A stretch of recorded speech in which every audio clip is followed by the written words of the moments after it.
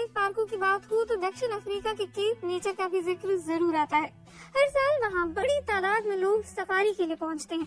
सिर्फ अलग अलग तरह के जानवर ही नहीं, वहाँ 9,000 से ज्यादा प्रजाति के पौधे भी हैं जो दुनिया में और कहीं नहीं दिखते। इन्हें बचाए रखने के लिए वहाँ सरकार और निजी क्षेत्र मिलकर काम कर रहे हैं।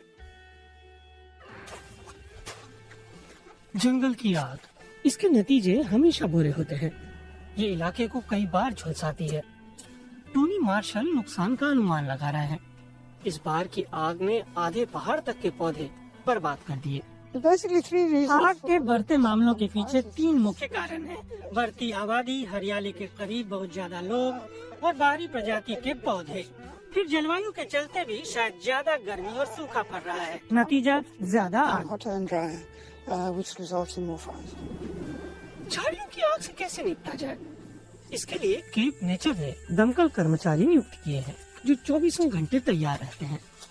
लेकिन आग से निपटना ये आसान काम नहीं।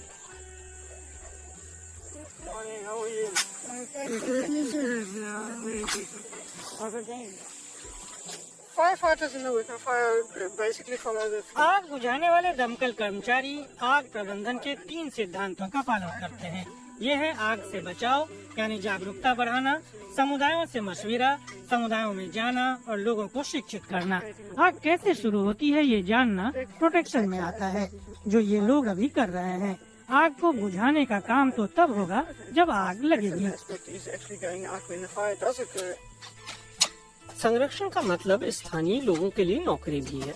दमकल कर्मियों को अच्छी ट्रेनिंग मिलती है। बाद में वो सरकारी दमकल कर्मी की नौकरी भी कर सकते हैं। उन्हें अपने आसपास के प्राकृतिक माहौल के बारे में भी अहम जानकारी मिलती है। अब मैं इसे अलग तरह से देखता हूँ क्योंकि मैंने केप नेचर से बहुत कुछ सीखा है, वो भी आग पर काम करते हुए। हर बार कुछ नया सामने आता है, जैसे कुदरत। मैंने हमारे माहौल में रहने वाले पेड़ों और उनकी प्रजातियों के बारे में सीखा। ये चीजें मैं पहले नहीं जानता था। केप फॉरेस्ट इलाका जैव विविधता के लिहाज से अनूठी जगह है। यहाँ 9,000 से ज्यादा प्रजातियों के पौधे हैं, उष्णकटिबंधीय वर्षावनों से भी ज्यादा। यहाँ कई ऐसे पौधे हैं जो दुनिया में और कहीं नहीं। टोनी मार्शल को इसकी अहमियत का अंदाजा है।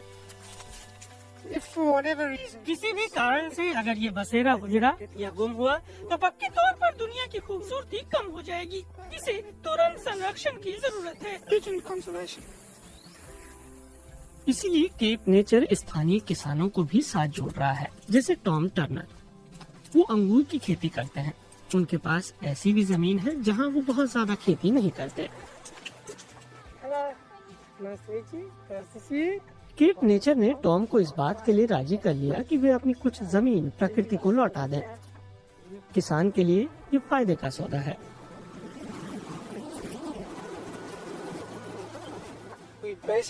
हम वन्य संपदा का फिर से इस्तेमाल कर रहे हैं पशुपालन की जगह, जिसे आप तभी बेचते हैं जब आप बाजार जाते हैं। हम गेम ड्राइव और टूरिज्म प्रोडक्ट बेच रहे हैं। स्टीवर्डशिप प्रोग्राम काफी फायदेमंद रहा है। कार्यक्रम से केरी पर्नेल भी काफी खुश हैं। निजी लोग भी अब पर्यावरण संरक्षण में दिलचस्पी दिखा रहे हैं।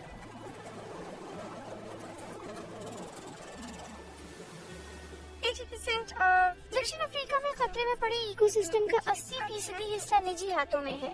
हम पश्चिमी केप तक संरक्षित इलाका फैलाने के लिए उन्हें साथ लाना चाहते हैं।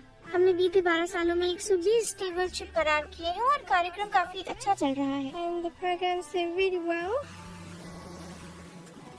भविष्य में स्टीवर्डशिप के और करार होंगे, यानी निजी और सार्वजनिक सहयोग से संरक्षित इलाकों का विस्तार होगा। ऐसा हुआ तो अफ्रीका की गोद में बसे पश्चिमी केप के वन्य जीवन को अपना हक मिलने लगेगा।